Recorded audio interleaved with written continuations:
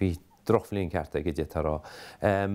Nora cháil se go leor airgid maiall na tancannaí díosel le bheith líceal agus cháil se go leor airgid tí chéin agus bhí trubladí mór airgid aige agus bhí chu sé heascáil láinteach a mai céanna nora agus níl rudaí fáte tada níos ám léana níos measa tá siad fáte. Tá rudaí fáte teachta go buinte nuis go bhfuil se chulathúirta chaile ach bhí sé cheappa gur líos dóchas fáte aige maiall nar a bhua sé an látó agus cheanna sé ticéad agus chéad deile fuair amachchar sé cáilteige. Agus inis níl aige ce tálaí go. Tá aige gur cháilte nó sé deanna amach gur cháilte sa siúpa agus tá sé hís go le réis agus ar bhríd cúnathirirtún ticéad áil ach níl aige na ríre ce thála go. Níl barú le faoi dhéanana, níl éana bhfuil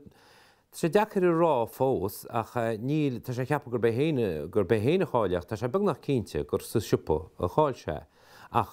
ní chuoine te go deoga go dóceach bríd agus ní te fiúna cuiinú sin tá sé áhór le bríd, bhí sé héana agus bríd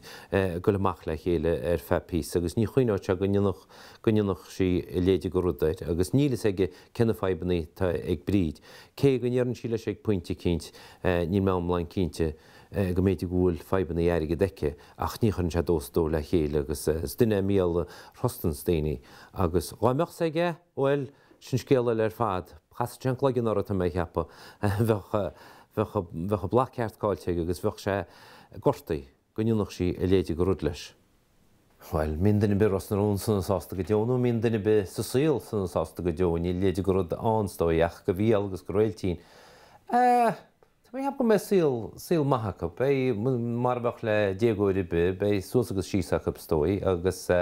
beidir gomach seans níos fearra go chéh bliine le nítar díide tá rá fáil tada níos measa. Tá síl sacrúchar isteach ag míl sos go dtí seo Rosnarún, cha sé pí brísún agus bhása Paulín ar nóí agus ní bhíon atá leis le rá agus tá mé cinnte nach fétar dí fáil tada níos measa a ríist leis an sobal ag le bailile Rosnarún tí a chruda bitarla.